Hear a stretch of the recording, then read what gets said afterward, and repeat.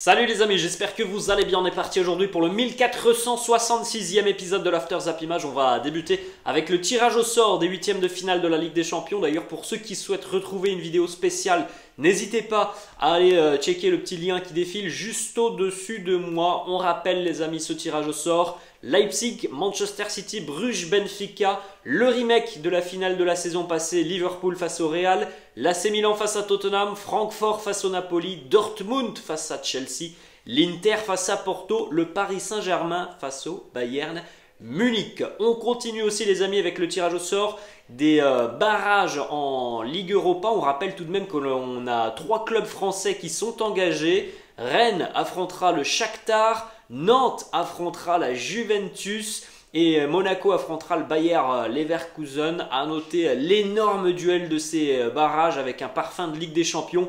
Le Barça face à Manchester United, ça va être quelque chose d'assez intense, cette double confrontation.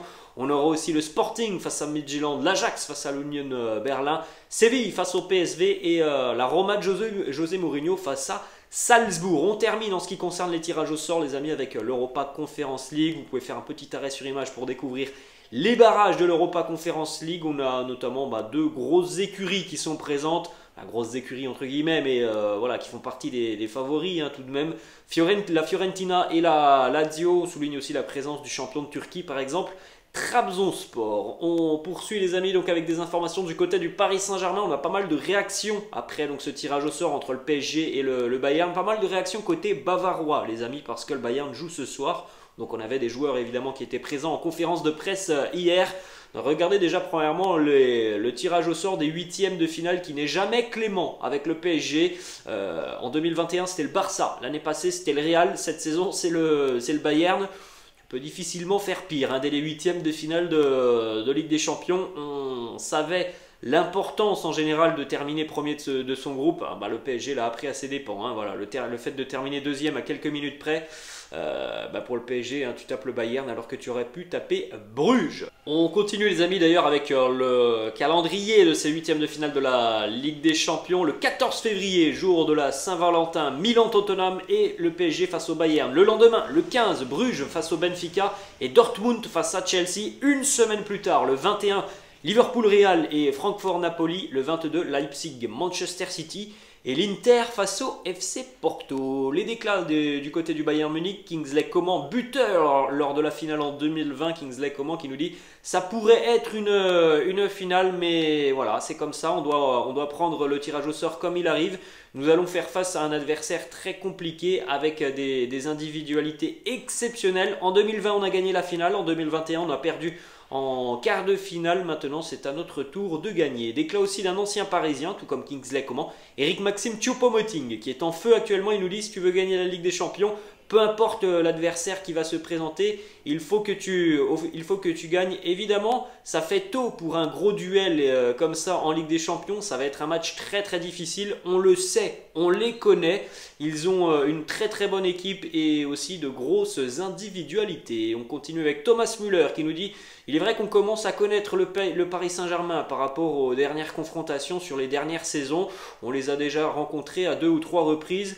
On sait ce qui nous attend. Ce n'est pas un match classique d'un niveau des huitièmes de finale de Ligue des Champions. On connaît aussi tout ce qu'ils font en Ligue 1 avec leur trio en attaque. Ça va être évidemment une double confrontation plaisante pour tous les fans de football. Une déclat aussi de Lucas Hernandez qui nous dit nous avons eu très peu de chance au tirage au sort. On tire une très très grosse équipe. Leur pouvoir en attaque avec Neymar, Mbappé et Messi est énorme. Je suis déjà hypé par cette double confrontation. Après, voilà, ça sera dans 4 mois. On aura le temps d'y penser.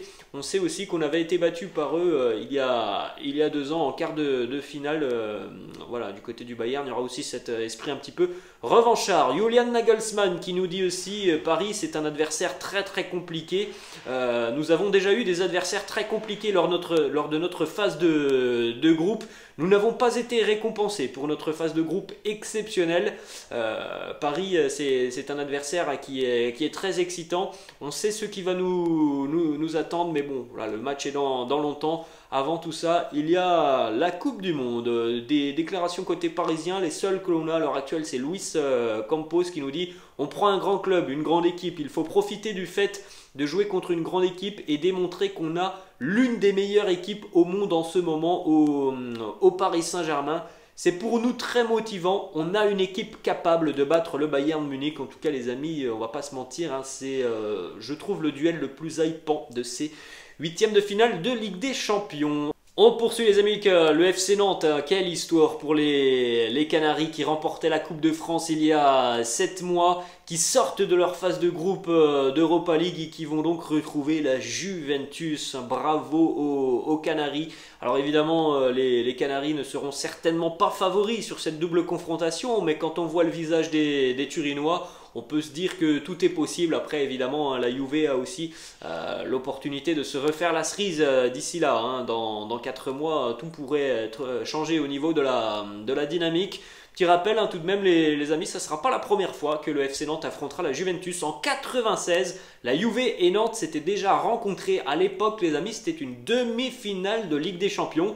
Nantes avait perdu 2-0 au match aller et avait réalisé un très gros match au retour pour s'imposer 3-2.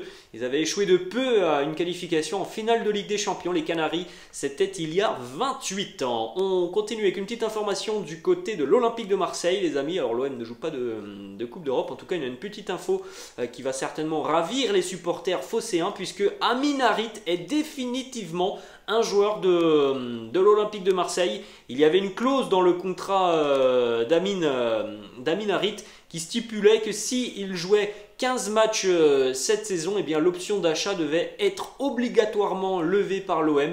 Donc voilà, c'est chose faite. Il a joué ses 15 matchs, donc Amin Harit est un joueur de l'OM et ça va coûter 5 millions d'euros. On prend la direction de l'Espagne, les amis. La première défaite du Real Madrid cette saison en Liga lors d'un derby hier du côté de Vallecas face au Rayo Vallecano.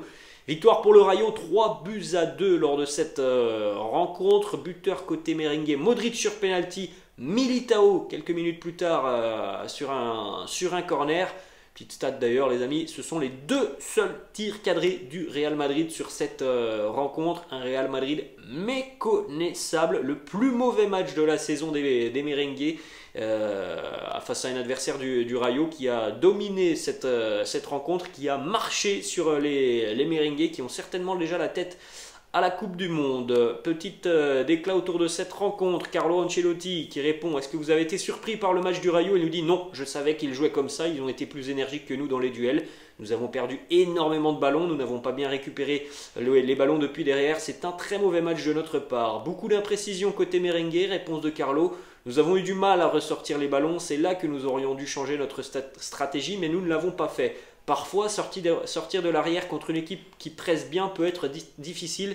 Et l'autre partie, c'était les duels. On en a perdu énormément. Carlo qui nous dit: on manque de fraîcheur et d'intensité dans nos derniers matchs. Heureusement, la trêve arrive pour le Real parce que c'est vrai que au niveau du contenu, depuis 3 semaines, voilà, pour les merengues, ça devient très très compliqué. Le Real qui, en plus de ça, défensivement, on n'y arrive pas. Hein. C'est difficile pour les merengues. Hein. Défensivement, les clean sheets, ils se comptent vraiment sur les doigts d'une main depuis le début de saison. Le Barça qui encaisse seulement 4 buts en 13 journées de Liga. Le Real qui en a déjà encaissé 13. Petite information, Thibaut Courtois n'a toujours pas conservé un clean sheet cette saison en Liga. Le seul clean sheet, il était pour Andriy Lunin. Alors voilà, hein, pour Courtois c'est difficile aussi parce qu'on voit une défense madrilène qui est d'une fébrilité assez folle. Regardez le classement les amis, après la 13e journée de Liga, le Barça prend la tête avec 2 points d'avance sur le Real. Alors cette 13e journée de Liga, elle s'est terminée hier. La 14e s'ouvre aujourd'hui les amis, avec notamment un déplacement qui peut paraître compliqué hein, pour le Barça ce soir du côté d'Osasuna. Le Real lui jouera jeudi face à Cadix. On continue les amis avec une petite information, une petite déclat de Carlo Ancelotti par rapport au match entre le Real et Liverpool en Ligue des Champions, la revanche, puisque c'était la finale de la saison passée, finale qui avait souri au merengue avec notamment un très grand Thibaut Courtois. Carlo qui nous dit encore Liverpool. Eux diront encore le Real Madrid. Ce sera une rencontre divertissante et compliquée avec une bonne ambiance à Anfield et au Bernabeu. Ce sera une rencontre spectaculaire. On a aussi deux déclats de Jürgen Klopp, l'entraîneur des Reds de Liverpool. Jürgen Klopp qui nous dit premièrement, je sais que nous avons joué le Real Madrid lors de deux récentes finales, mais nous ne les avons pas souvent rencontrés lors de confrontations où on a un match aller et retour. Donc ça va être quelque chose d'assez sympa. La première chose qui me vient à l'esprit, c'est de dire que c'est un tirage au sort exceptionnel au niveau de la Ligue des Champions. C'est quelque chose qui va être très excitant à préparer dans quelques semaines maintenant. Ensuite, on continue, les amis, du côté de Barcelone. Alors, on l'a dit, le Barça affronte Osasuna ce soir en déplacement. C'est une équipe d'Osasuna qui est un poil à gratter. Elle est venue prendre des points au Bernabeu, donc ça a tout d'un déplacement piège pour les Catalans ce soir. Mais voilà, le Barça a l'occasion aussi de mettre encore un peu plus la pression sur le Real. Et même s'il y a ce match ce soir face à Osasuna, on n'a pas eu beaucoup de questions hier des journalistes sur ce match face à Osasuna. On a eu beaucoup de questions par rapport au tirage au sort de l'Europa League et ce duel entre le Barça et Manchester United. Xavi dégoûté du tirage au sort. Il nous dit le tirage au sort nous a donné le rival le plus difficile. Encore une fois, je ne sais pas si nous aurons de la chance un jour. Vous désignez le pire adversaire et il nous est tombé dessus. Affronter Manchester United en Europa League, c'est quelque chose qui va être très difficile. Bon, c'est dans quelques mois maintenant, c'est une équipe historique. Ils sont en train de prendre une très bonne direction depuis l'arrivée d'Eric Ten Hag. Ils ont de très bons joueurs. C'est le pire tirage au sort auquel on pouvait s'attendre, même si on rêve de remporter l'Europa League. Le Barça n'a jamais remporté l'Europa League. C'est un challenge pour nous. Nous allons essayer et nous allons le faire. On va gagner l'Europa League. Les déclats de Xavi qui nous parle aussi, il y a un petit mot pour Cristiano Ronaldo. Il nous dit Ronaldo sur le déclin. Il me semble que c'est un très grand joueur qui a marqué une ère du football et qui est toujours capable de faire la différence. Regardez les stats, les amis, de Cristiano face au Barça. 34 matchs joués, 20 buts inscrits, 3 passes décisives. Il a un bilan plutôt négatif. Vous voyez, évidemment, c'était souvent avec le Real Madrid, même s'il a affronté, il a affronté aussi le Barça dans d'autres compétitions, mais c'était souvent avec le Real. 15 défaites, 9 nuls et 10 victoires pour Cristiano. Après, les amis, il faudra encore que Cristiano joue face au Barça, parce que c'est pas sûr. On en est même très loin d'être sûr de voir Cristiano affronter les Blaugrana. Une dernière déclat côté Blaugrana, les amis, celle de Xavi sur Ousmane Dembélé. Il nous dit Dembélé fait la différence dans de nombreux matchs. Ses chiffres se sont améliorés depuis que nous sommes ici, mais il manque de constance. Nous savons qu'avec un talent comme le sien, il peut être le meilleur au monde à son poste. Il y a déjà de très gros progrès qui ont été réalisés par Ousmane depuis quasiment un an. Après, oui, il y a encore évidemment des choses qui sont perfectibles pour l'ailier français. Une petite information qui concerne le Barça, mais surtout aussi la sélection uruguayenne. Ronald Araujo va rejoindre sa sélection accompagné d'un membre du staff du Barça pour poursuivre sa reprise et surtout dans l'objectif d'être disponible pour l'Uruguay lors du mondial. On termine, les amis, avec deux informations qui concernent la sélection brésilienne. Les 26 Brésiliens qui seront au Qatar ont été dévoilés hier par le sélectionneur Tite. On rappelle tout de même que le Brésil, les amis, fait partie des grands favoris de la compétition. Donc vous pouvez jeter un petit coup d'œil, les amis, pour voir quels seront les Brésiliens qui seront donc au Qatar pour aller, pourquoi pas, chercher une sixième étoile. On a la présence de Gabriel Jesus, qui était l'un des grands absents de la dernière trêve. Et puis sinon voilà, c'est l'équipe que l'on connaît côté brésilien, pleine de qualité et de talent. La grosse absence, on va dire, côté brésilien, c'est Roberto Firmino qui n'est pas dans la liste du Brésil, mais il semblerait que ça soit surtout parce que Roberto Firmino soit blessé à l'heure actuelle. Donc voilà, Roberto Firmino ne disputera pas le mondial et cette première liste, les amis, c'est tout simplement le grand début des prochains jours, puisque demain ça sera l'équipe de France. Aujourd'hui on a eu aussi par exemple deux listes d'adversaires des Bleus, l'Australie et le Danemark, même si le Danemark c'est pas une liste définitive. Demain, liste du sélectionneur Didier Deschamps à 20 h sur TF1, les amis, on en reparlera évidemment demain et on fera certainement une vidéo spéciale. Les amis, j'espère que cette vidéo vous a plu, moi je vous laisse et je vous dis à demain, ciao.